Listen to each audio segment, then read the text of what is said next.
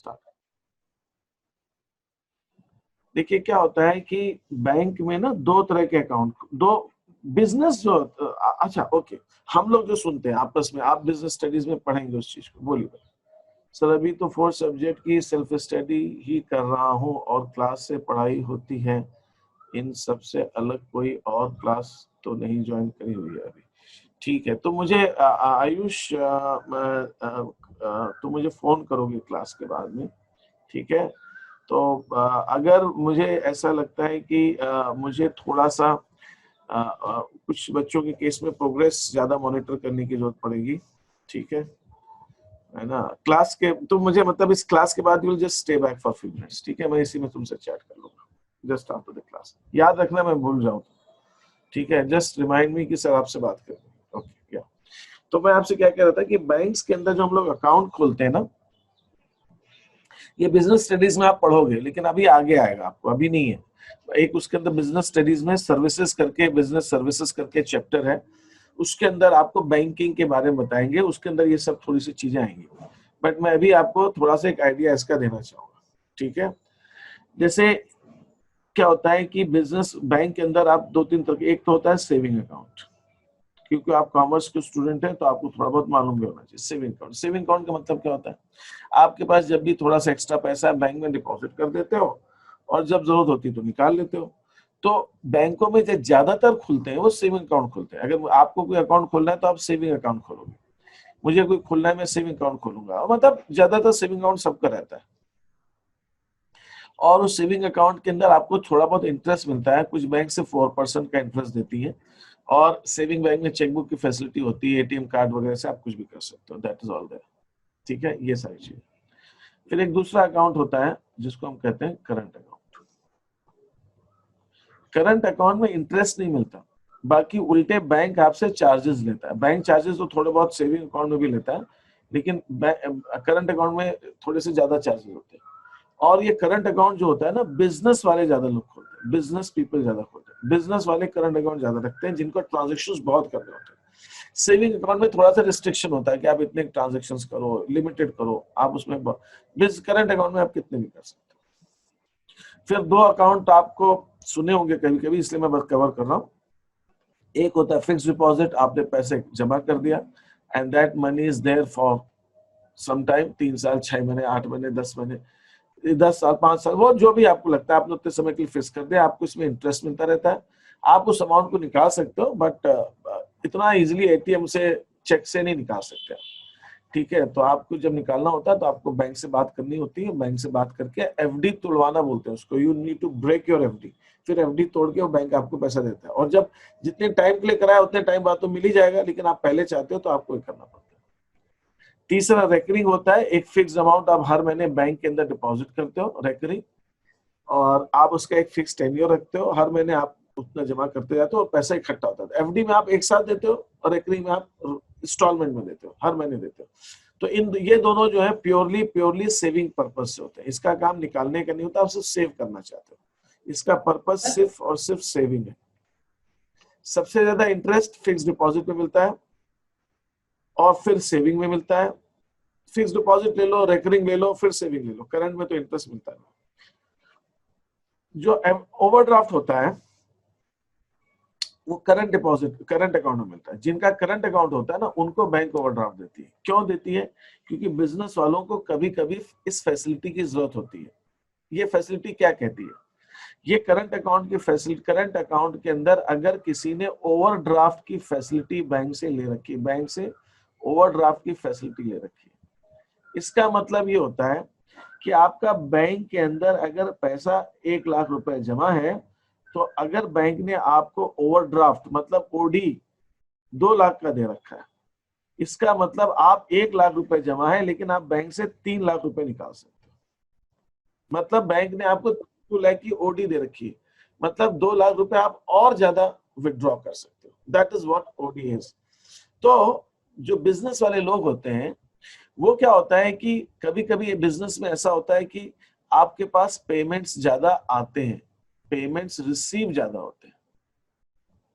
कभी कभी ऐसा होता है आप पेमेंट्स करते ज्यादा हो, यू मेक मोर पेमेंट्स। तो मालूम पड़ा कि बिजनेस में चलता रहता है भाई, कभी कस्टमर्स पे पुराने कस्टमर से पेमेंट नहीं आ रहा है, कभी आने लगता है, कभी नहीं आता है, कभी आपको रॉ मटेरियल ज्यादा खरीदना पड़ता है। तो होता क्या है कि बिजनेस के अंदर जो आपका बैंक में डिपॉजिट है 1 लाख रुपए का, वो आपको आज पैसे की ज्यादा जरूरत है, आपके पास आज पेमेंट कम आया और आपको पेमेंट ज्यादा करने हैं, तो जो डिपॉजिट है वो हो सकता है आपका 1 लाख या 1,50,000 माइनस में चला जाए। मतलब आप 1 लाख तो आपने निकाल ही लिया, बैंक से 1-1.5 लाख रुपए और निकाल लिया। कभी पेमेंट ज्यादा आया तो पता चला कि आपका बैलेंस जो है 1 लाख से बढ़ के 2 लाख हो गया, आपका बैलेंस ज्यादा। तो क्या होता है, ये कुछ ऐसा होता है कि इट इज फ्लक्चुएटिंग। ये बिजनेस के अंदर कभी कभी ऐसे फ्लक्चुएट होता है ना, your balance keeps on fluctuating like this, कभी माइनस में जाता है, कभी प्लस में जाता है, कभी माइनस में जाता है, कभी प्लस में जाता है, like that it goes on, कभी फिक्स नहीं रहता। तो मैंने अभी आपको जैसे अकाउंटिंग क्वेश्चन में क्वेश्चन कराए, इतना तो सभी ने किया हुआ है जितने बच्चे क्लास के अंदर।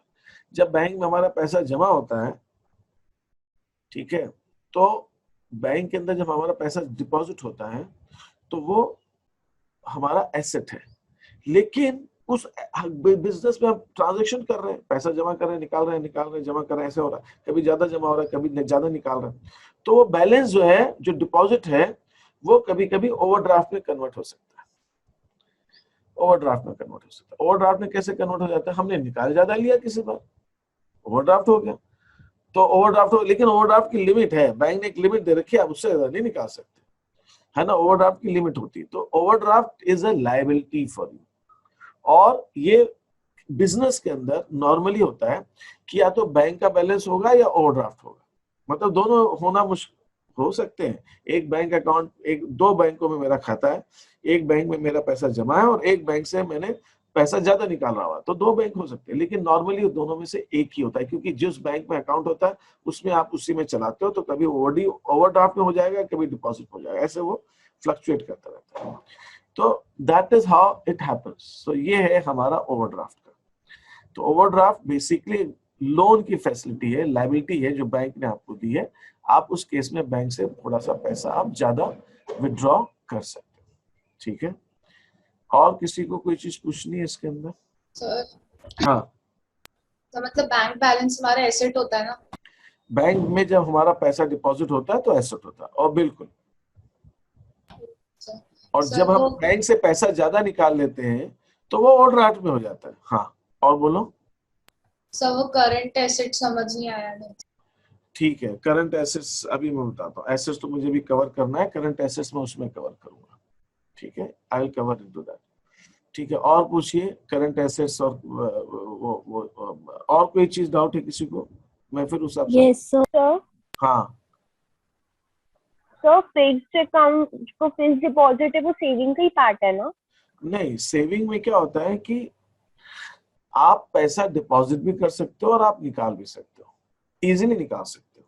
मतलब आपको बैंक से पूछने की जरूरत नहीं है, आपका सेविंग में पैसा है ना, तो आप किसी को चेक दे सकते हो, आप एटीएम से निकाल सकते हो, ठीक है, you can withdraw. Fix deposit में आप इजीली आप निकाल नहीं सकते पैसा, मतलब आप चेक से निकाल नहीं सकते, आप एटीएम से निकाल नहीं सकते, आपको बैंक को बताना होगा कि आपने एफडी कराया हुआ है। अब आप एफडी नहीं रखना चाहते हैं तो बैंक आपसे फॉर्म भरवाएगा, साइन कराएगा, एफडी को तोड़ेगा, फिर आपको पैसा आप निकाल पाओगे थोड़ी देर से। मतलब जो आपका बैंकों में पैसा होता है सेविंग के अंदर, वो एक तरह से आपके पॉकेट में जैसा पैसा है वैसा ही है, आप जब चाहो तब निकाल सकते हो, आप जब चाहो जब जमा कर सकते हो। That is what is saving account. But fix deposit is not like that. Fix deposit में आपने एक फिक्स अमाउंट डिपॉजिट किया है which is there for a fairly long time, ठीक है। यस। ठीक है, तो देयर इज डिफरेंस। दोनों सेविंग का पर्पस ये है कि कभी पैसे ज्यादा बच गए तो आपने डाल दिया, कभी निकालने जो होता है निकाल दिया। फिक्स डिपॉजिट का मतलब उतना पैसा आपको, फिक्स डिपॉजिट कौन लोग कराते हैं जिनको उतने पैसे की जरूरत नहीं है, वो कहते हैं मुझे 6 महीने या साल भर 2 साल इतने पैसे की जरूरत नहीं है, तो उन्होंने एफडी करा दी कि उसमें इंटरेस्ट ज्यादा मिलेगा, एफडी बैंक में पड़ा हुआ। और आपको लगता है मुझे पैसे की कभी भी जरूरत पड़ सकती है, अभी नहीं है लेकिन कल पड़ सकती है, परसों पड़ सकती है, 15 दिन बाद पड़ सकती है, तो आपने सेविंग में रखा हुआ है, क्योंकि वो आपको मालूम नहीं आपको कब जरूरत पड़ जाएगी, आप उस हिसाब से निकाल लो, ठीक है। Sir yes sir. हाँ बोलिए। सर मतलब फिक्स्ड डिपॉजिट जनरली एनुअली होता है क्या? नहीं, आप कभी भी फिक्स डिपॉजिट कर सकते हो। आदमी मिनिमम 3 महीने का फिक्स डिपॉजिट होता है नॉर्मली। कुछ लोग हो सकता है और भी छोटा लेते हो, बैंकों में मैंने देखा वहां लिखा रहता है 3 मंथ्स 6 मंथ्स। 3 महीने का आप कराएंगे तो इतना इंटरेस्ट, 6 महीने का कराएंगे इतना करेंगे, 9 महीने का। तो जितना ज्यादा ड्यूरेशन होगा उतना ज्यादा इंटरेस्ट मिलता है, कम ड्यूरेशन होगा तो इंटरेस्ट कम मिलेगा। Yes sir. Any other question? Sir एक टर्म में और डिफिकल्टी है हाँ सर, डेफर्ड रेवेन्यू एक्सपेंडिचर। ठीक है, वो भी मैं बताता हूँ आपको, वो भी मैं बताता हूँ आपको। और बताइए, ठीक है। Now let us start with certain things. मैंने एक दिन इस क्लास को एक क्लास में समझाया था, वो नए बच्चों की क्लास में, बट मैं उस चीज को थोड़ा सा आज इलेबोरेट करना चाहूंगा। आप लोग बहुत सब लोग ध्यान दीजिए। अच्छा पहले एक काम करते हैं, let's start with some basic terms first. Let me start. ठीक है, ये शीट मैंने आपको सबको शेयर की हुई है ग्रुप में, है ना। हम इसमें मैंने दिए हुए तो वो टर्म्स एक सीक्वेंस में हो जाएंगे, इसलिए मैंने दिया। चलिए पहले तो आप लोग अभी इस स्टेज में आपको सबको ये मालूम पड़ गया है कि ट्रांजैक्शंस क्या होते हैं, बिजनेस ट्रांजैक्शंस क्या होते हैं। तो business transactions briefly sum up करते जाएंगे, है ना। जो चीज मुझे लग रहा है कि आपको मालूम है, वो थोड़ा सा फास्ट चलूंगा, और जहां आपको लगे आप मुझे रोकिएगा, बिकॉज मैं ऐसा मान के चलूं, बाकी ठीक है आप मुझे कभी भी रोक सकते हैं। बिजनेस ट्रांजैक्शंस हम उन उसको कहते हैं जिसके अंदर हम डीलिंग करते हैं। डीलिंग मतलब हमारे पास है वो चीज आ रही है जा, और ये आपको समझना इसलिए जरूरी है कि जब आपसे पूछा जाएगा, मीनिंग पूछा जाएगा या कुछ क्वेश्चन पूछे जाएंगे, तो you should be able to answer these questions. आपको लिखना आना चाहिए, तो इसलिए मैंने बताया। और आप इस शीट के अंदर एक खास बात ये देखोगे कि मैंने जो भी टर्म बताया उसको बुलेट्स में बताया, ठीक है। जैसे कि मेन पॉइंट, बहुत पैराग्राफ लंबे लंबे नहीं लिखे। आप भी कोशिश कीजिए थ्योरी अकाउंट्स। आपको मैं एक चीज बताना चाहता हूँ, I just want to share आपके साथ एक चीज। अकाउंट्स के अंदर दो तरह के क्वेश्चंस होते हैं, थ्योरी के क्वेश्चंस होते हैं, प्रैक्टिकल के क्वेश्चंस होते हैं। तो जो आपके थ्योरी के क्वेश्चंस होते हैं, ठीक है, उन थ्योरी के क्वेश्चंस के अंदर ये होता है कि अकाउंट्स वाले जो टीचर्स होते हैं ना, मैं उनकी प्रॉब्लम बता रहा हूँ। अकाउंट्स वाले teachers, most of them are not very good in theory. जो बीएस के आपके टीचर्स होंगे, कभी कभी दोनों टीचर एक भी हो सकता है ना, तब तो उसको ठीक है, उसकी थ्योरी थोड़ी सी ठीक भी होगी। लेकिन कभी कभी जो अकाउंट्स के टीचर जो पढ़ाते हैं और जो बीएस के टीचर अलग अलग होते हैं, तो बीएस के टीचर्स की थ्योरी थोड़ी सी ज्यादा अच्छी होगी। मैं आपको अपनी बात बता दूं, मेरी थ्योरी भी अच्छी है और प्रैक्टिकल भी अच्छा है, क्योंकि मैं बीएस भी पढ़ाता रहा हूँ, ठीक है। तो वो उसमें आप मत जाइए, है ना। मेरे लिए मैं बात नहीं, मैं थोड़ा सा इस मामले में अलग हूँ। बट इन जनरल ऐसा होता है कि अकाउंट्स के teachers are not very sound in theory. मैंने कई टीचर्स को देखा है, वो प्रॉपर सेंटेंस भी फ्रेम नहीं कर पाते, मैंने देखा कई को, है ना। और अकाउंट्स के कई बार आप देखोगे ना, अकाउंट्स की जो इंग्लिश होती है बड़ी अजीब होती है, उसमें ग्रामर वगैरह का तो कुछ ध्यान ही नहीं रखते। वो क्या ग्रामर है, वो कुछ भी बोल देंगे, है ना। तो वो ऐसा आपको कई ट्रांजेक्शन में मिल जाएगा, सभी लोग ऐसा करते हैं क्योंकि वो वैसा एक ट्रेंड ही बन गया है। लेकिन कुछ लोग थ्योरी में, तो जब भी आप, अभी आपको मैं इसलिए इंपॉर्टेंट कह रहा हूँ, ये चीज बहुत इंपॉर्टेंट आपके लिए समझना।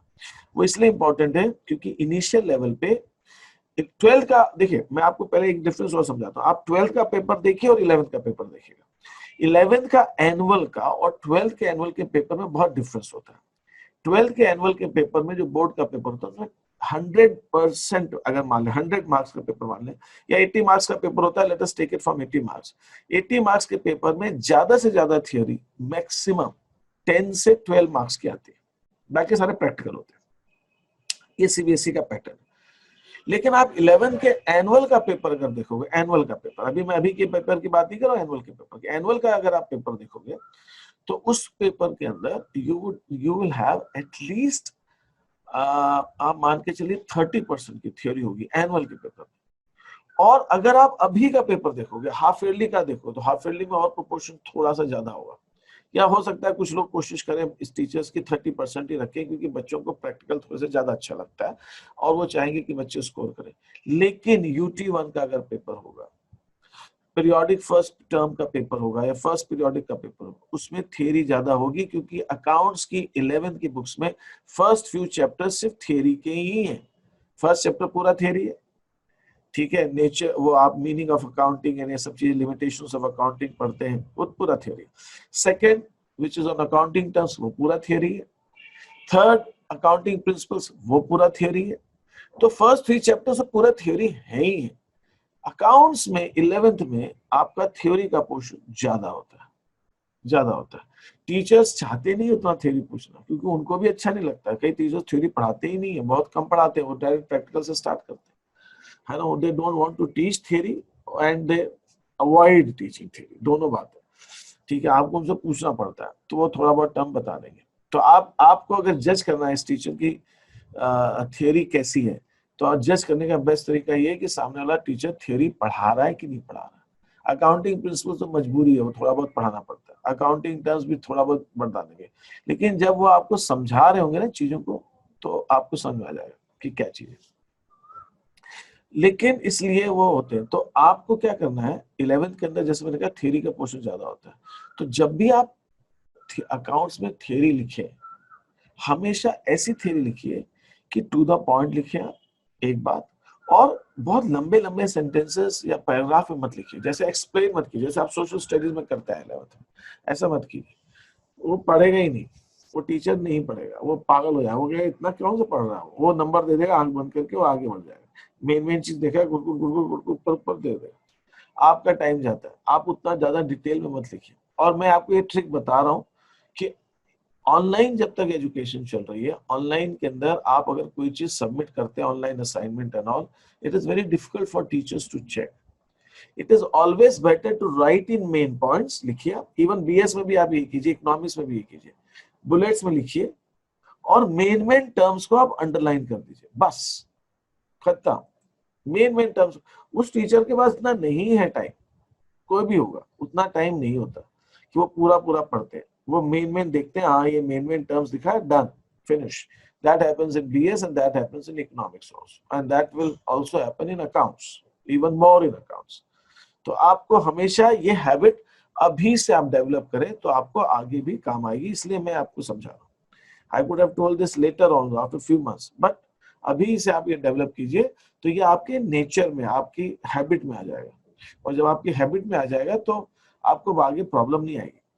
आप कोई भी बुक से पढ़ रहे हैं, तो आप उसका मेन पॉइंट्स नोट कर लीजिए, है ना। आप कोई चीज थ्योरी पढ़ रहे हैं, बीएस पढ़ रहे हैं, इकोनॉमिक्स पढ़ रहे हैं, तो आप उसके पॉइंट्स बनाइए, मेन पॉइंट्स को लिख लीजिए।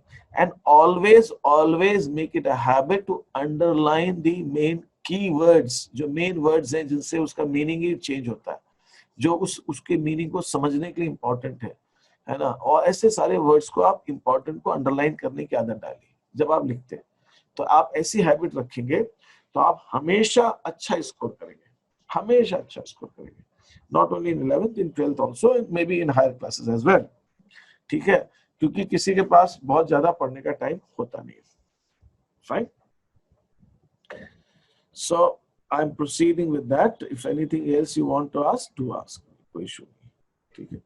तो मैंने यहाँ पे बुलेट्स में लिखा हुआ, मैंने वैसे भी यहाँ पे उतने टर्म्स को अंडरलाइन नहीं किया, हाईलाइट नहीं किया। मैंने यहाँ लिख दिया कि dealings in मनीज and moneys worth. Money मतलब आप पैसे में डील कर रहे हैं, या ऐसी किसी चीज में डील कर रहे हैं जिसकी मनी में वैल्यू निकाली जा सकती है, मनी वर्थ, ठीक है। दूसरा, इसके अंदर जो मुझे हाईलाइट करना चाहिए था, that is change in financial position. Dealing in मनीज and money worth and change in financial position में चेंज होना चाहिए। फाइनेंशियल पोजीशन मतलब ट्रांजैक्शन ऐसे होते हैं जो एसेट्स, लायबिलिटीज या कैपिटल में कहीं ना कहीं प्लस माइनस होगा। अगर फाइनेंशियल पोजीशन मतलब asset, liabilities and capital of the business, if the assets, liabilities and capital of the business are changing in any way, then that is the change in financial position. और transaction के मैंने कुछ example दिए, can relate to purchase and sale of goods, payment and receipt of cash, आपने payment किया, cash मिला, goods खरीदे, goods बेचे, ये सारे ट्रांजैक्शन दिए मैंने। और भी ट्रांजैक्शन यहाँ पे दे दी, तो आपने ट्रांजैक्शंस किए में, तो वो आपको हो गया। इसके अंदर कुछ चीजें डायग्राम से समझाई गई हैं। आई वुड लाइक कि आप उनको देखिए, उनको समझने की कोशिश। हाँ सर, बेसिकली बाइंग और परचेजिंग में डिफरेंस क्या होता है? मैं बहुत कंफ्यूज होती हूँ। देखिए, buying and purchases means the same thing. आप जब बाय करते हैं, कुछ ट्रांजैक्शन में लिखा जा सकता है कि you are buying something and you are purchasing something. पहली बात तो ये, ठीक है, आपको दोनों का एक ही मतलब है, लेकिन एक छोटा सा डिफरेंस आपको और समझना है जो मैं आपको बता रहा हूं। अगर क्वेश्चन में लिखा हुआ है बॉट फर्नीचर,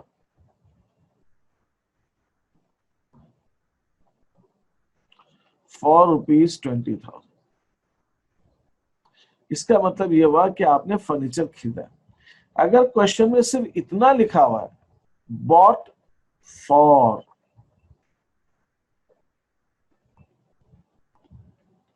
यहां दिया ही नहीं कि क्या खरीदा है, सोल्ड फॉर, अरे दिया ही नहीं है क्या बेचा है। तो अगर ऐसा कुछ है, कभी ये मेंशन ही नहीं है कि क्या खरीदा क्या बेचा, तो इसको आपको हमेशा गुड्स मानना है। मतलब आपने खरीदा है तो परचेज किया है, क्या परचेज किया, परचेज ऑफ गुड्स। आपने अगर बेचा है तो आपने सेल ऑफ गुड्स किया, गुड्स बेचे। ये वो लोग ज्यादा थोड़े से, अभी मैंने आपको अकाउंटिंग क्वेश्चन में purchase and sale of goods के ट्रांजैक्शन नहीं कराए हैं, बाकी अगर आप जो है जनरल एंट्री में आ गए हैं तो आपको ये करा दिया, लेकिन आपको अगर नहीं कराया तो आगे आप करोगे। तो अभी तो मैंने आपको अकाउंटिंग क्वेश्चन में ऐसा कोई ट्रांजैक्शन दिया नहीं, बॉट फॉर, सोल्ड फॉर, ऐसा नहीं दिया, लेकिन जनरल एंट्री में आगे आगे आप पढ़ेंगे तो ऐसे ट्रांजैक्शन आएंगे। तो जब ये कुछ दिया ही नहीं है, बॉट क्या है सोल्ड क्या है, तो वो गुड्स ही है। मतलब मेन गुड्स क्यों है, क्योंकि बिजनेस उसी चीज का है भाई। बिजनेस में मशीनरी खरीदने बेचने का काम थोड़ी है, बिजनेस के अंदर किस चीज का काम है, गुड्स खरीदने बेचने का। तो दैट इज व्हाट। अगर मैं कहता हूं बॉट फर्नीचर, तो साफ साफ दिया है ना, फर्नीचर खरीदा, साफ साफ दिया है बॉट फर्नीचर, तो फर्नीचर खरीदा।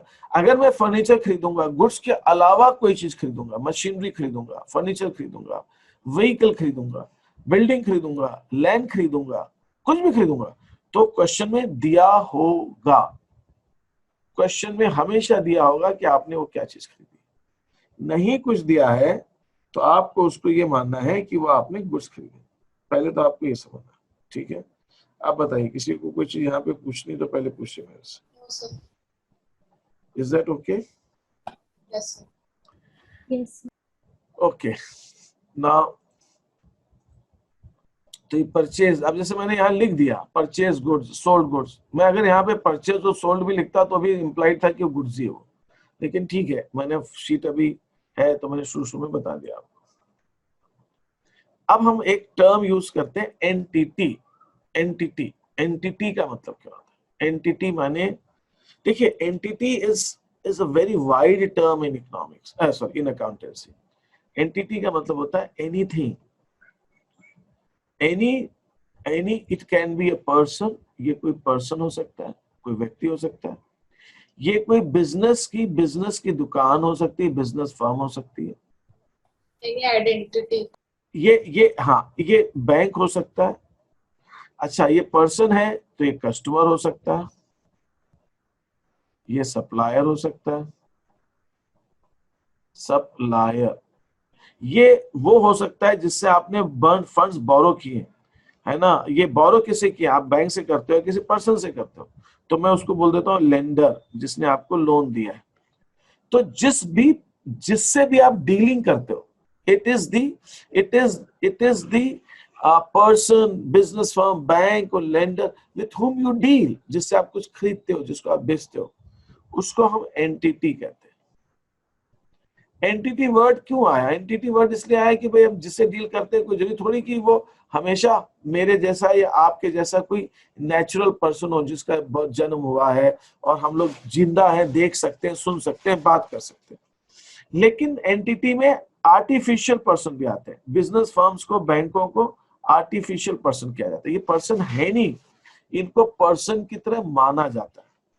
पर्सन की तरह माना जाता है, इसका मतलब मैं आपको एक चीज और बता दूं, आर्टिफिशियल पर्सन, ये वर्ड भी आप कॉमर्स में, आपको अकाउंट्स में, बीएस में आएगा, तो इसलिए आपको इसका मतलब भी मालूम होना चाहिए।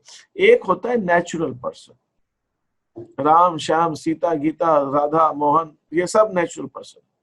हम लोग सब, आप जो बैठे हैं क्लास में, हम सब नेचुरल पर्सन है। दूसरे होते हैं आर्टिफिशियल पर्सन।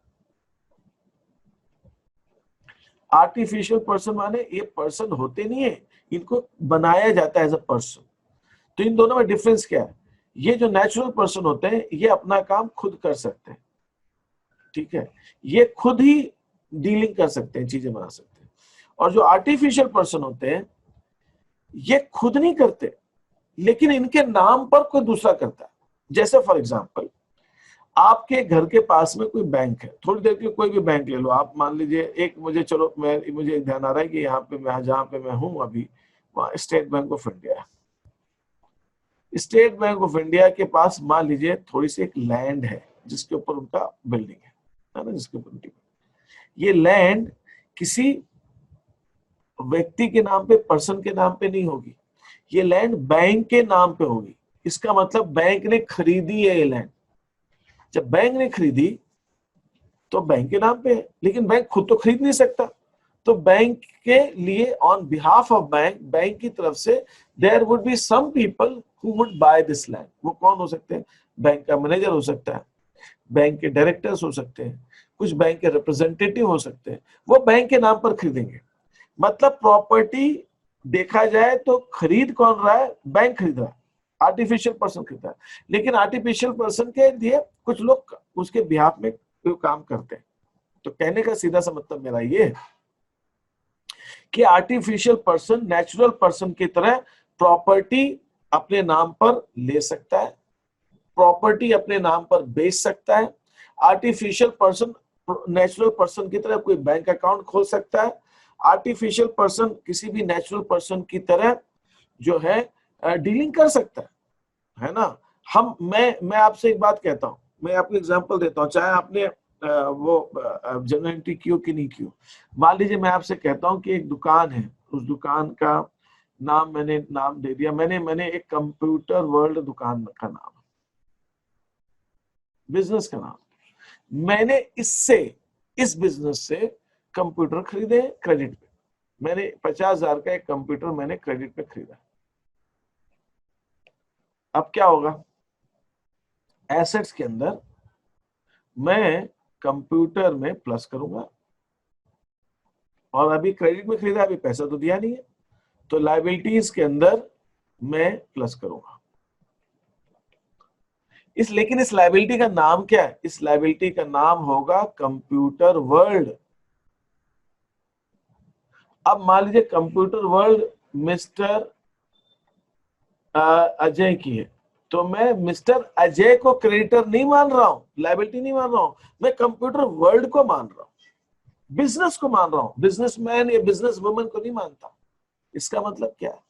इसका मतलब क्या है कि मैं कंप्यूटर वर्ल्ड को एक पर्सन की तरह ट्रीट करता हूं, एक पर्सन की तरह ट्रीट। मैंने उससे खरीदा है, मैं जानता हूं, मैं कंप्यूटर वर्ल्ड की दुकान पर जब जाता हूं तो मेरे को कंप्यूटर वर्ल्ड तो सामान दिखाता नहीं है, वहां पे उसका जो बिजनेस का मालिक है या उसका स्टाफ है वो दिखाता है। मैं जब कोई सामान खरीदता हूँ, मुझसे पेमेंट कौन लेता है? ओनर लेता है। मुझको सामान कौन देता है? ओनर देता है। मुझे कोई प्रॉब्लम आती है तो मैं ओनर को कहता हूँ, मैं ओनर से उस बिजनेस को जानता हूँ, ओनर की डीलिंग ठीक नहीं तो मैं वहां जाऊंगा नहीं। सब कुछ मैं ओनर ही कर रहा है, लेकिन फिर भी मैं बिजनेस को एक अलग एंटिटी मानता हूँ, एक अलग पर्सन मानता हूँ। ऐसे लोगों को आर्टिफिशियल पर्सन कहा जाता है। तो बिजनेस एक आर्टिफिशियल पर्सन होते हैं। तो कहने का मतलब है एंटिटी के अंदर सब तरह के लोग आ गए, natural person, artificial person, every type of people come into the term entity. तो एंटिटी इज अ नॉर्मल एक टर्म है, एक जनरल टर्म है which is used for any party, anything, any person, any entity, anything, any business जिससे हम dealing करते हैं, जिससे हम खरीदते हैं, बेचते हैं। तो it is that type of term, ये वो टर्म। सर हाँ सर, तो आर्टिफिशियल पर्सन के अंदर, हाँ, के अंडर वो कंपनी भी आ सकती है क्या? एनीथिंग, मैंने नाम बैंक का नाम लिया है। अगर आप किसी रिलायंस इंडस्ट्री से सामान खरीद रहे हैं या आप किसी बिजनेस से सामान खरीदते हैं तो आप उस बिजनेस का नाम खोलते हैं। मैंने तो कंप्यूटर वर्ल्ड का नाम दिया, तो कंप्यूटर वर्ल्ड भी बिजनेस है। तो कोई भी हो सकता है, कंपनी हो सकती है, पार्टनरशिप हो सकती है, एक सोल ट्रेडर, कोई भी बिजनेस हो सकता है, anything. It is a general term, entity का एक जनरल टर्म है, used to denote an economic unit. Economic unit माने वो इकोनॉमिक ट्रांजैक्शंस कर रही है, वो डेड नहीं है, वो करती है, आपसे पैसा देती है, आपको पैसा लेती है, आपसे सामान देती है, आपसे सामान लेती है।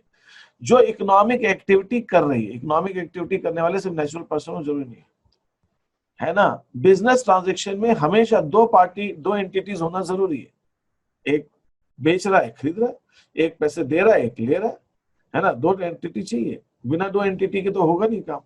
तो एंटिटी कैन बी एक नेचुरल पर्सन और it can be business firm और बैंक एटसेट्रा, कोई भी हो सकता है। एग्जाम्पल्स क्या है ना। बैंक इज एन एंटिटी, जैसे बिजनेस एंटिटी है वैसे बैंक भी एंटिटी है।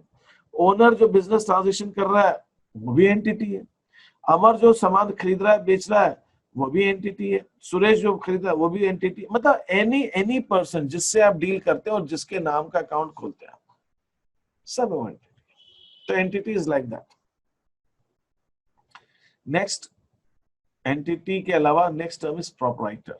प्रोपराइटर को हम ओनर भी कह सकते हैं, ओनर भी कह सकते हैं। ये कौन होता है? ओनर का मेन काम क्या है? ओनर का काम है बिजनेस में पैसा लगाना।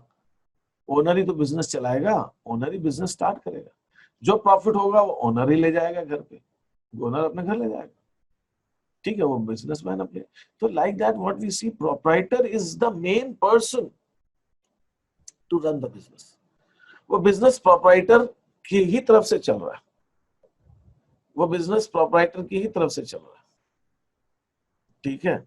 It is a proprietor who is dealing in that business. Proprietor जो है बिजनेस में डील करता है, प्रोपराइटर बिजनेस में डील करता है, ठीक है। तो ये चीज आपको ध्यान रखनी कि जो प्रोपराइटर है वो बिजनेस में डील करता है, ठीक है, ठीक है। वो बिजनेस चलाता है, वो बिजनेस में खरीदता है, वो बिजनेस में सामान बेचता है। That is what the proprietor is, ठीक है। तो प्रोपराइटर, लोग प्रोपराइटर से बिजनेस को एसोसिएट करते हैं, क्योंकि बिजनेस अपने आप में तो कुछ नहीं है। अगर हम कहते हैं साहब ये उसकी दुकान है, उसकी फला या फला से उस पर उसकी दुकान है, वो क्यों उसकी दुकान है, वो चलाता है ना। तो भले बिजनेस अपने आप में अलग एंटिटी है, लेकिन बिजनेस की पहचान प्रोपराइटर से, और प्रोपराइटर की पहचान भी बिजनेस है। प्रोपराइटर अपनी गर्दन ऊंचे करता है, ये मेरा बिजनेस है, ये मेरी दुकान है, ये मैं चलाता हूँ, मेरी फैक्ट्री है, ये मेरा काम है। प्रोपराइटर भी अपनी पहचान बिजनेस से जोड़ता है और बिजनेस भी उसकी पहचान प्रोपराइटर से जोड़ती है। लेकिन अकाउंटिंग करते समय हम प्रोपराइटर को, बिजनेस को अलग अलग रखते हैं। वो मैंने आपको last time business entity concept में समझाया। लेकिन रियल लाइफ में ऐसा होता नहीं। रियल लाइफ में प्रैक्टिकल रीजन से हम बिजनेस और प्रोपराइटर को अलग अलग नहीं कर सकते। अगर बिजनेसमैन प्रोपराइटर खराब है और उसकी डीलिंग अच्छी नहीं है, ईमानदार नहीं है, तो हम उस बिजनेस में नहीं जाएंगे, भले कितना अच्छा सामान हो मिलता वहां पे।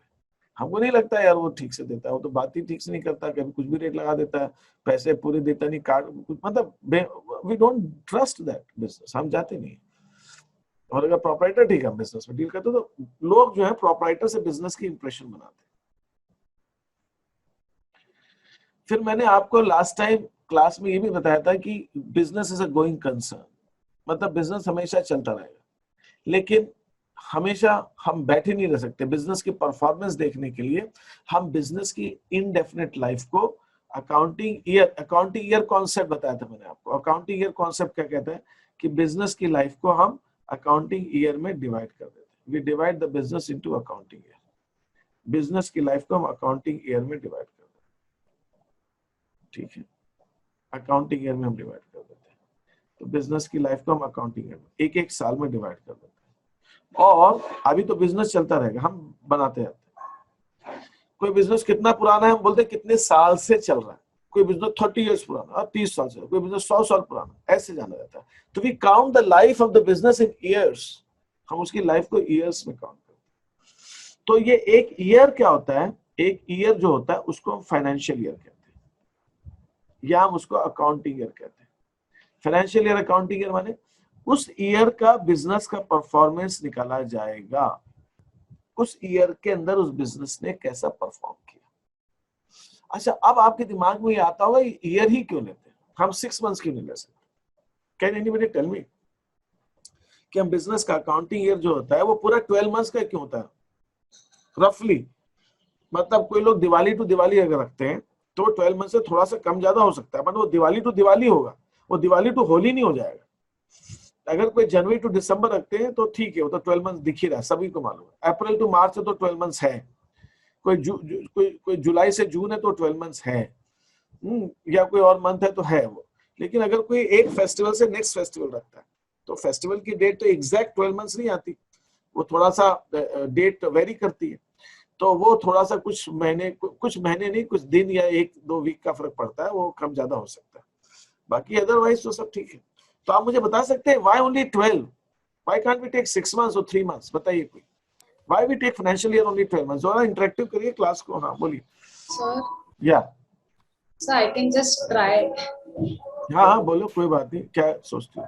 सर वो ईयर टू मतलब वो ईयरली इसलिए होता है क्योंकि मतलब एक साल में जितने भी प्रॉफिट और लॉस इनकर्ड हुए उसे मतलब प्रॉपर्ली हम लोग एक डॉक्यूमेंट पे रख सके, जिससे मतलब साल के एंड में कैलकुलेट करना इजी होगा कि कितना प्रॉफिट हुआ कितना लॉस हुआ। नहीं, हम अगर 3 मंथ्स में भी प्रॉफिट लॉस निकाल सकते हैं, हम 6 मंथ्स में भी निकाल सकते हैं।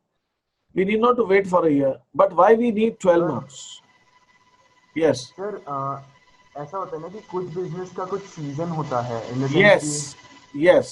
तो सर सीजनल बिजनेस भी होते हैं, कोई बिजनेस ऐसे होते हैं जो विंटर्स में ज्यादा चलते हैं, कुछ बिजनेस समर में ज्यादा चलते हैं, तो एक साल में सारे सीजन कवर हो जाते हैं।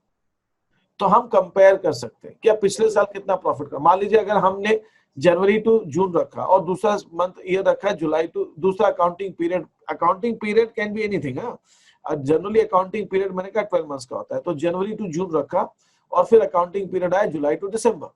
तो अब कोई बिजनेस ऐसा होगा जो ठंड में ज्यादा चलता होगा, तो उस बिजनेस में क्या होगा, वो तो उसके अंदर पता चला कि जो नेक्स्ट अकाउंटिंग ईयर है, अकाउंटिंग पीरियड, ईयर नहीं अकाउंटिंग पीरियड है जुलाई टू दिसंबर, उसमें उसका प्रॉफिट ज्यादा है, बिजनेस ज्यादा है, और जनवरी टू जून में कम है।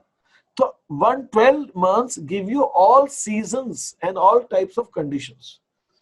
वो सारे आप सीजन देख लेते हैं, सारी कंडीशंस देख लेते हैं, ऐसा माना जाता है। And that is not relatively too long a period and it is not very too short a period, reasonable है। 12 months is quite reasonable period. तो जैसा आपने कहा कि मीका ने कहा कि हम निकालना आसान है, तो हमको वो रीजनेबल लगता है, न तो लगेगा बहुत जल्दी जल्दी हो रहा है, बहुत जल्दी जल्दी हो रहा है, और दूसरा पता चला हम उसी में लगे हुए। दूसरा चीज इसका सबसे मेन रीजन ये है कि 12 months के अंदर सारे सीजन्स कवर हो जाते हैं, सीजनल बिजनेसेस के भी कवर हो जाते हैं, और आपके पास में कुछ एक्शन लेने का टाइम होता है। जैसे कि मान लीजिए आपके स्कूल में, या आप अपने एग्जाम से भी जोड़ के देखिए इसको, आपके स्कूल के अंदर हाफ ईयरली एग्जाम्स होते हैं, है ना, क्वार्टरली एग्जाम्स होते हैं, पीरियोडिक एग्जाम्स होते हैं, यूनिट टेस्ट होते हैं। उसका मतलब क्या, अगर ये अकाउंटिंग ईयर है, यहाँ तो एनुअल एग्जाम होगा, लेकिन बीच में जो एग्जाम्स हो रहे हैं उससे भी आपको मालूम पड़ जाता है कि आपको मतलब मैं आपसे ये कहना चाह रहा हूँ कि जो बिजनेस का ईयर है, जो फाइनेंशियल ईयर है, उसको भी हम आगे और ब्रेक कर सकते हैं। एक साल होने से ये फायदा है कि हम उसको भी ब्रेक कर सकते हैं, है ना, उसको भी ब्रेक कर सकते हैं। उससे ये फायदा होता है कि अगर कोई हमें एक्शन लेना है before it is too late, साल खत्म हो उसके पहले ही कोई एक्शन लेना है तो हम ले सकते हैं। मैं आपको एक चीज और बताता हूँ, जो भी आपसे पूछा जा सकता है 1 मार्क का क्वेश्चन के अंदर, कि वो अगर कोई बिजनेस ऐसा कर रहा है तो क्यों कर रहे हैं ऐसा। अगर जो कंपनी है, कंपनी माने जिन लोगों ने मार्केट से पैसा लिया हुआ है, पब्लिक का पैसा हुआ है, उन कंपनीज के केस में जो अकाउंटिंग ईयर है उसको हम 4 पार्ट्स में डिवाइड कर देते हैं। अगर इंडिया में ज्यादातर बिजनेसेस को अकाउंटिंग ईयर अप्रैल टू मार्च होता है, मतलब 1 अप्रैल से 31 मार्च, तो हम 1 अप्रैल से 30 जून तक उसको Q1 बोलते हैं, फर्स्ट क्वार्टर बोलते हैं। फिर 1 जुलाई से, ठीक है, हमारे पास 1 सितंबर 31 सितंबर तक Q2 हो जाएगा, सेकेंड क्वार्टर हो जाएगा। फिर 1 अक्टूबर से 31 दिसंबर तक थर्ड क्वार्टर हो जाएगा, और फिर 1 जनवरी से 31 दिसंबर तक फोर्थ क्वार्टर हो जाएगा। तो पता है ये जो बिजनेसेस हैं, स्पेशली कंपनीज, अभी देखना, अभी जून खत्म हुआ है ना, अभी जुलाई मंथ आया, आप न्यूज़पेपर में अभी 10 दिन रुक जाओ, 15 दिन रुक जाओ, 15 दिन के बाद से 1 महीने तक ये चलेगा। 15 दिन से 1 महीने तक, नेक्स्ट 1 महीने तक पता है क्या होने वाला है, आपको हर महीने, वो हर एक 2 दिन में हर रोज ही मिलता किसी ना किसी कंपनी का Q1 का रिजल्ट आएगा। हर कंपनी अपना इस साल का 20, अभी फाइनेंशियल ईयर कौन सा चल रहा है?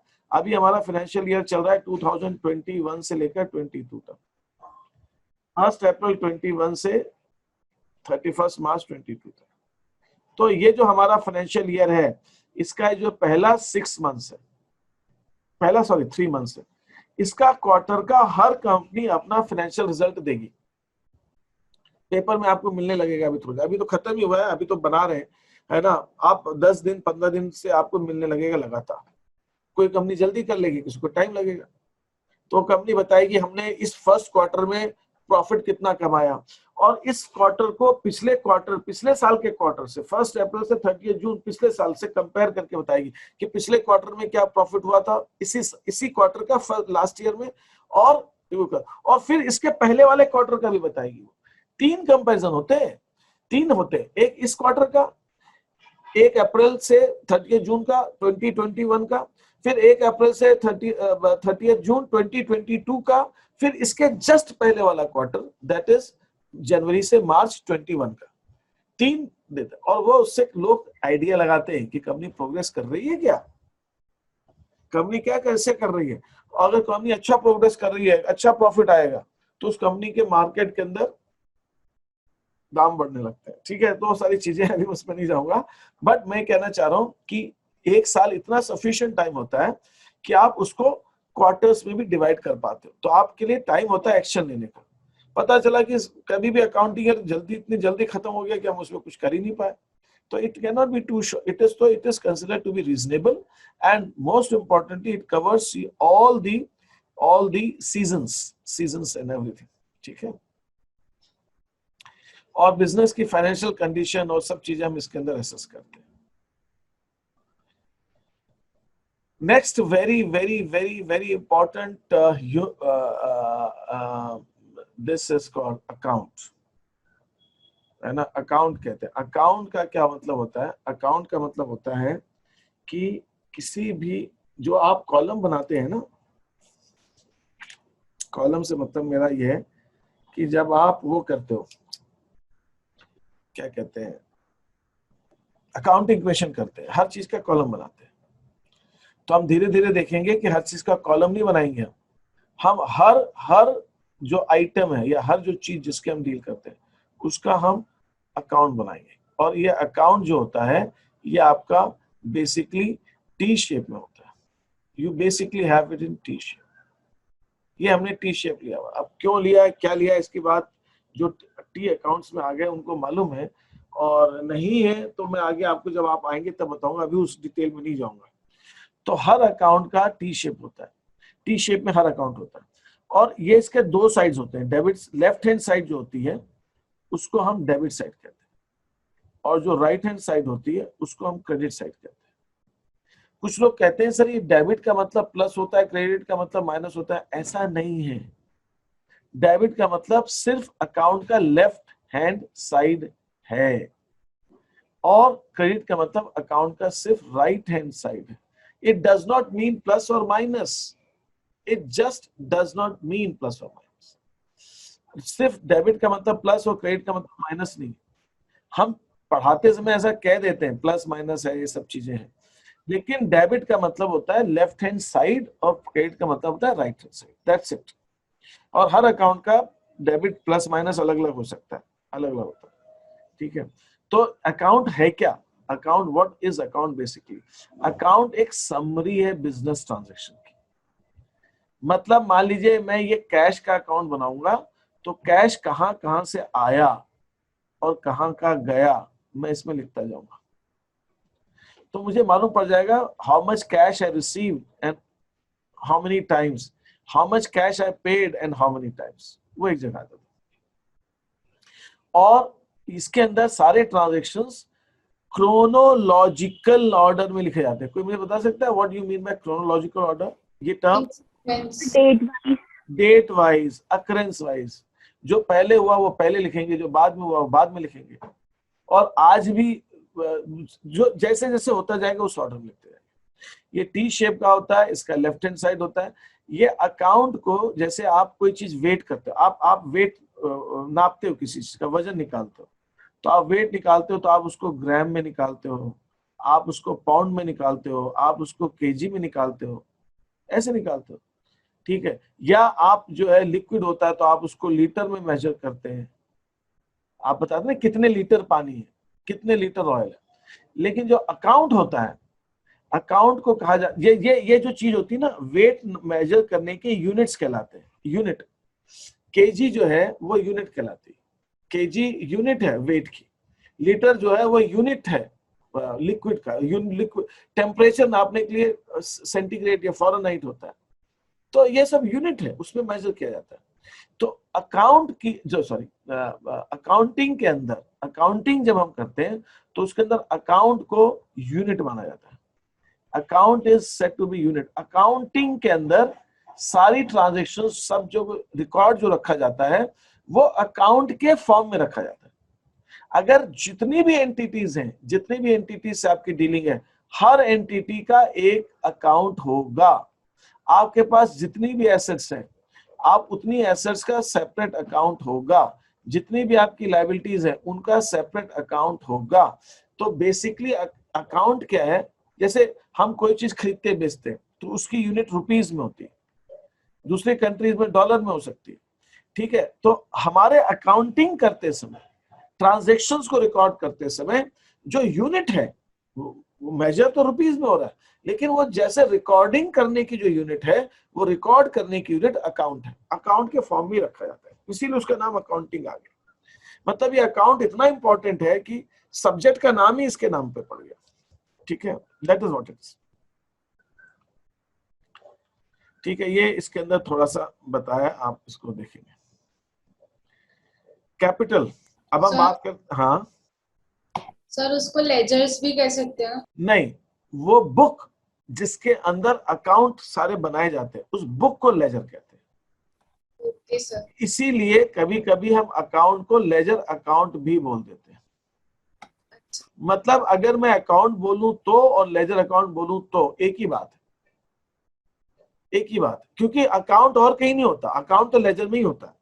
तो मैं लेजर के नाम के साथ अकाउंट वर्ड लगा दूं या नहीं लगाऊं वो अलग चीज, लेकिन लेजर उस बुक का नाम है जिसके अंदर सारे अकाउंट्स रखे। आजकल तो कंप्यूटर से हो गया और अभी भी लोग अकाउंट्स बुक बनाते हैं, तो लेजर उस बुक का नाम है जिसके अंदर सारे अकाउंट्स होते हैं, ठीक है। ये आपको ध्यान रखना। अब बात हो रही है कैपिटल की। कैपिटल क्या है? जो ओनर ने बिजनेस में इन्वेस्टमेंट किया है वो कैपिटल।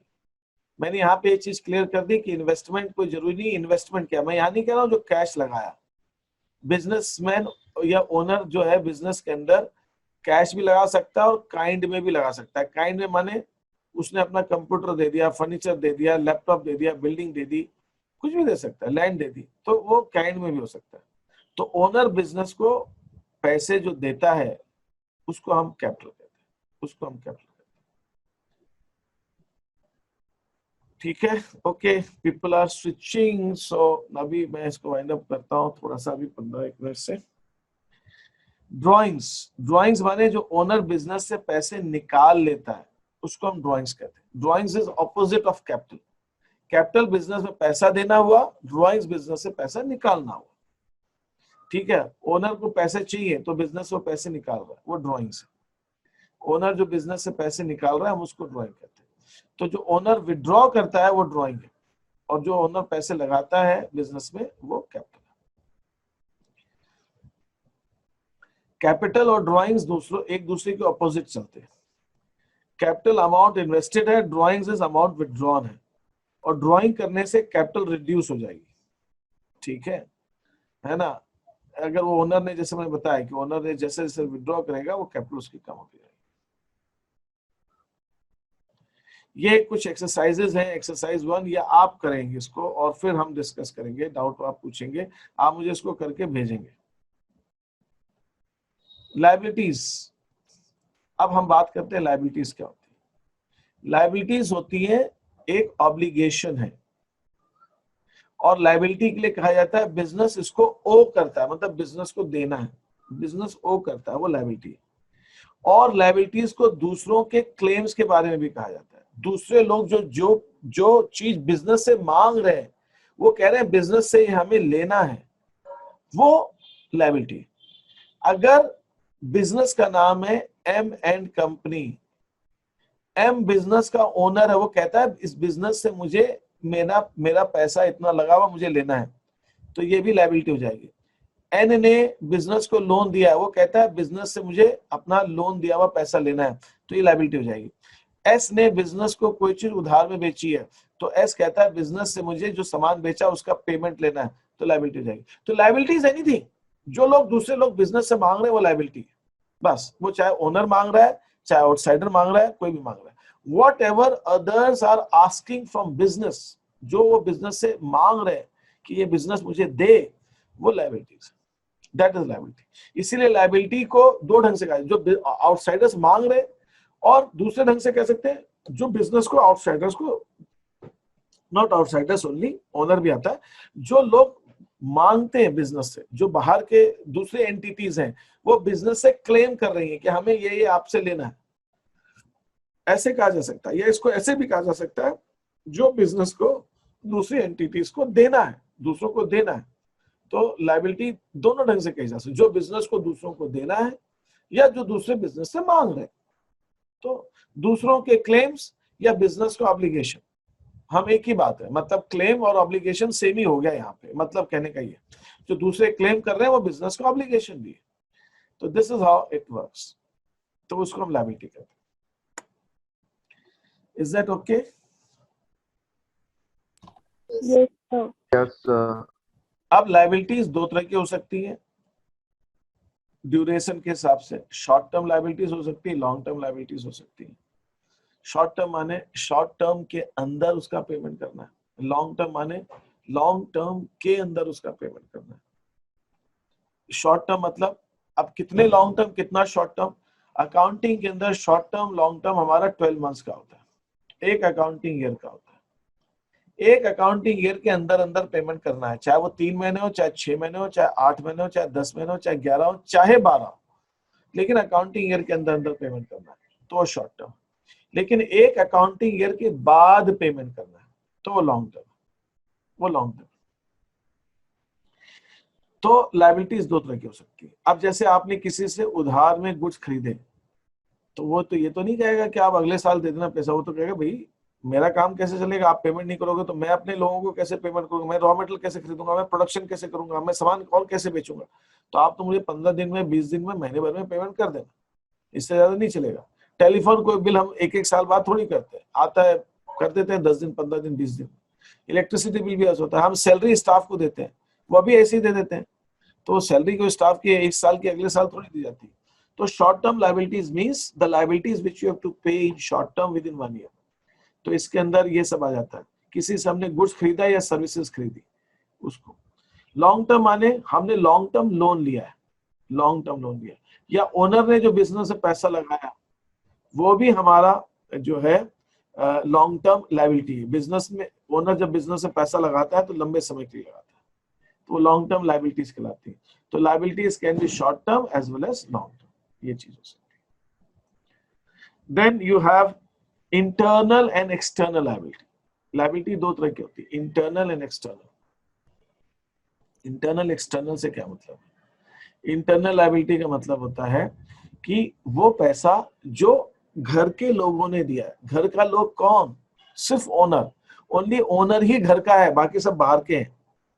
तो ओनर ने जो पैसा दिया है बिजनेस को, ओनर बिजनेस के मतलब ठीक है इंटरनल आदमी, उसको सब चीज मालूम है, वो इसको कर रहा है। तो वो अगर इंटरनल है तो ओनर ने जो पैसा दिया वो इंटरनल लायबिलिटी है, और जो बाहर मतलब ओनर के अलावा जितने सारे लोग हैं वो एक्सटर्नल लायबिलिटी है। ठीक है, वो एक्सटर्नल लायबिलिटी। तो this is what happens, internal and external. तो इंटरनल जो है वो इसको हम कैपिटल भी कहते हैं, इंटरनल लायबिलिटी को हम कैपिटल भी कहते हैं। ठीक है, ओनर जो दे रहा है और आउटसाइडर जो दे रहे हैं वो हमारी चीज है। ठीक है, internal liability is provided by the owner और external liabilities is provided by the outsiders, वो आउटसाइडर्स देते हैं। ठीक है, तो यहाँ पे इस डायग्राम में बताया है कि इंटरनल लायबिलिटी, ओनर ने जो पैसा दिया, ओनर कह रहा है मुझे आपसे इतना पैसा लेना है और आउटसाइडर्स कह रहे हैं हमें इतना पैसा लेना है, तो दैट इज आउटसाइडर्स। आउटसाइडर में एम्प्लॉयज आ गए, वो अपनी सैलरी मांग रहे हैं, सप्लायर्स आ गए, बैंक्स आ गए, सब आ गए। ये लायबिलिटीज के बारे में है, इसको आप और थोड़ा पढ़ेंगे। अब मैं आ रहा हूँ एसेट्स के ऊपर। एसेट्स क्या होती है? एसेट्स बिजनेस के वैल्यूएबल राइट्स, राइट्स माने अधिकार, यहाँ पर राइट जो है ना अधिकार है, बिजनेस का उसके ऊपर हक है, उस चीज के ऊपर बिजनेस का कंट्रोल है, वो बिजनेस की परमिशन से दूसरे लोग इसको यूज कर सकते हैं, वो बिजनेस की परमिशन से दूसरे लोग यूज कर सकते हैं। मेरे पास एक चेन्नई से फोन आ रहा है, जस्ट मिनट में सर को बोल देता हूँ, मैं बाद में आपको कॉल करता हूँ। तो एसेट्स वैल्यूएबल राइट्स है, बिजनेस के राइट्स है, अधिकार है बिजनेस के, ठीक है, अधिकार है बिजनेस का, उसके ऊपर हक है, बिजनेस उसको बिजनेस कह सकता है वो मेरा है। तो बिजनेस एसेट्स के लिए एक टर्म यूज करता है, बिजनेस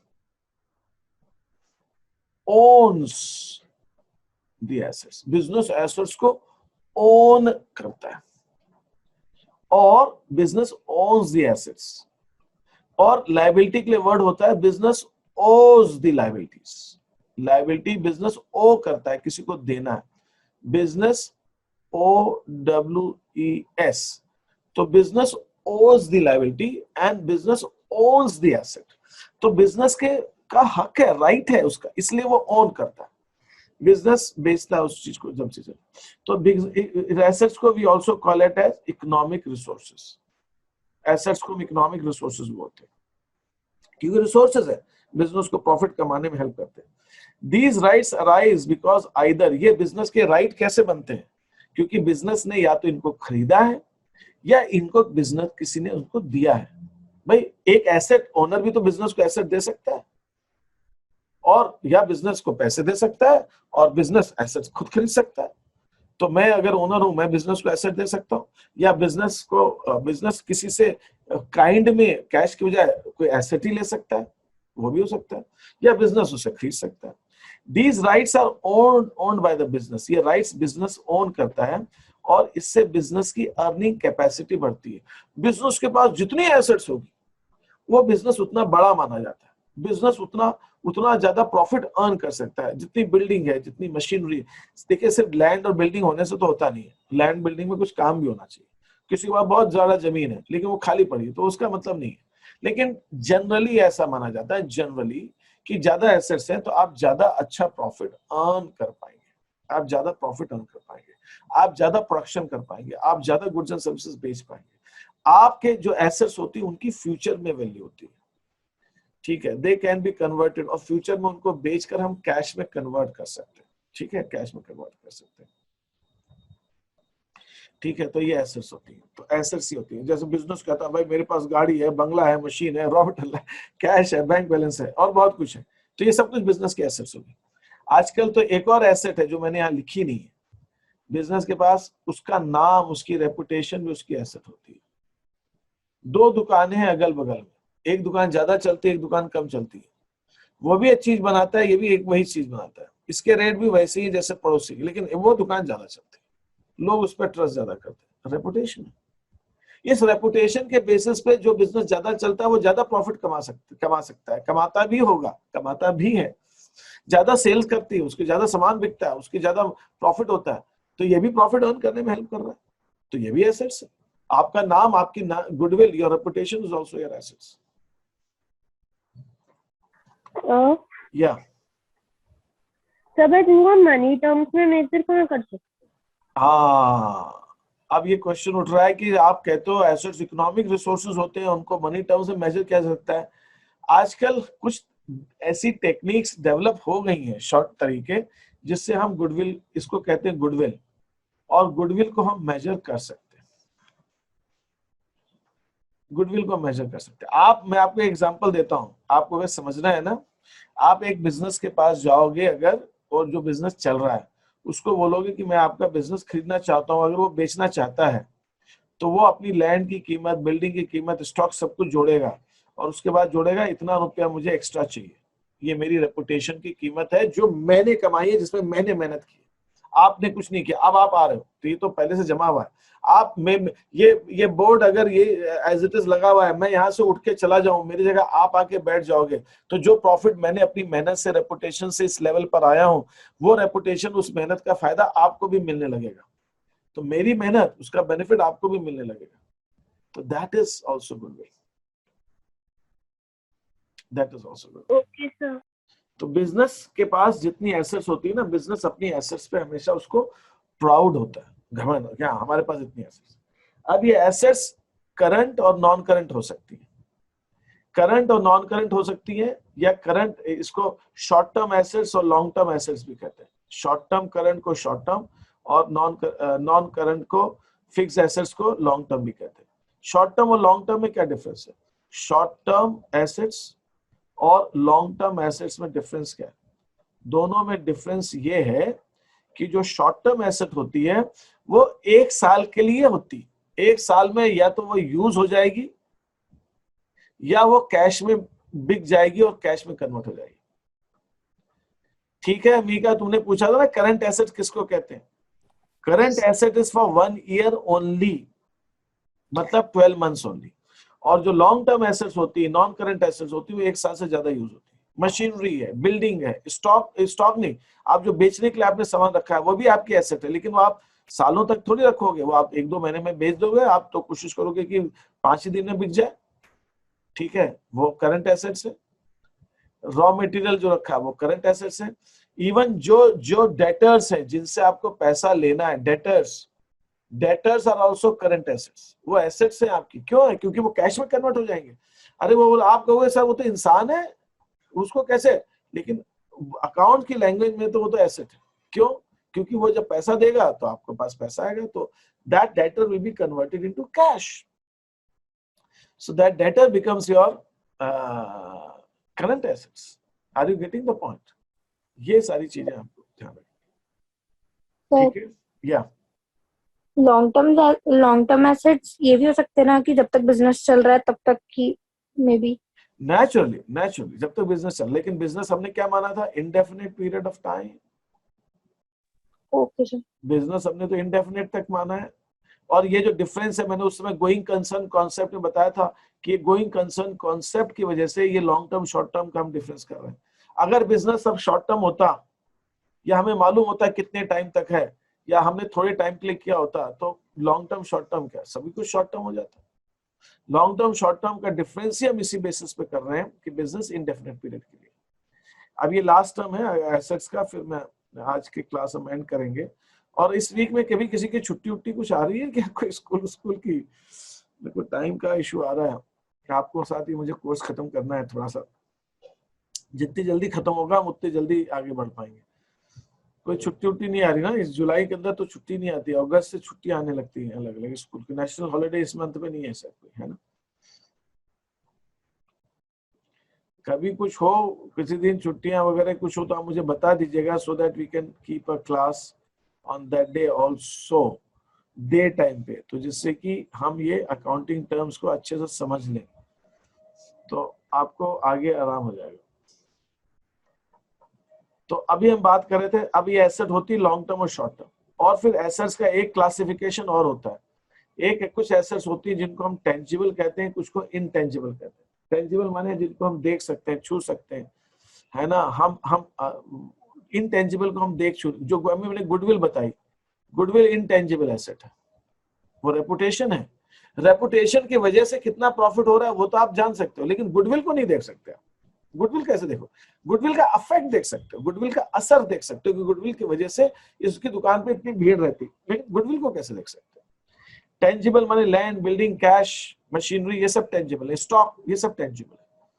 कॉपीराइट, जो ऑथर्स होते हैं उनकी बुक का ऊपर उनका कॉपीराइट होता है, उनकी परमिशन से बुक नहीं कोई और छाप सकता। तो आप बुक देख सकते हो, लेकिन कॉपीराइट को कैसे देख सकते हो? आप कॉपीराइट को नहीं देख सकते, ठीक है? तो ये कुछ है, मैंने आपको दिया हुआ, आप एक बार इसको पढ़ लेंगे। मैंने यहाँ पे बताने की कोशिश की है कि बिजनेस के अंदर जिसके पास एसेट्स ज्यादा है वो बिजनेस बड़ा है। आपको देखना है कि कोको कोला बड़ी है कि एडिडास बड़ी है, तो आप ये देखोगे किसके पास एसेट्स ज्यादा है। जिसके पास एसेट्स ज्यादा है वो बड़ी है, कंपनी, ऐसा ऐसा माना जाता है। ठीक है, तो अभी इसको हम आगे नेक्स्ट क्लास में कभी कंसिडर कर आगे कंटिन्यू करेंगे।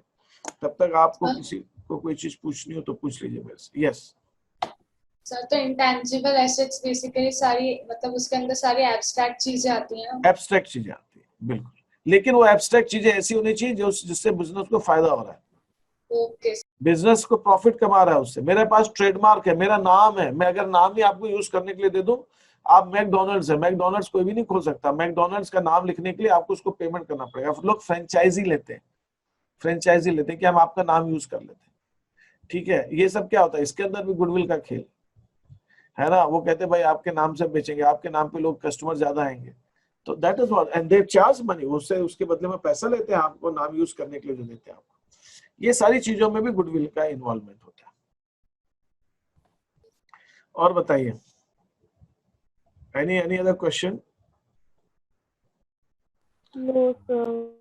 No sir. ठीक है, सो दैट्स फॉर टुडे। और मुझे आप कभी वीक डेज में बीच में टाइम नहीं मिलेगा ना, अभी इस वीक या नेक्स्ट वीक में कभी दिन में, संडे के अलावा। संडे 7 दिन बाद आएगा, मुझे उतना पेशेंस कम है। सर अभी तो क्लासेस है क्योंकि रोज अभी हॉलीडे नहीं है। ठीक है ठीक है, चलो ठीक है, करेंगे और चीजों को समझेंगे धीरे धीरे। ठीक है, okay then, okay thank you. Fine, thank you sir. Thank you, thank you sir. Okay okay thank you sir. Okay fine.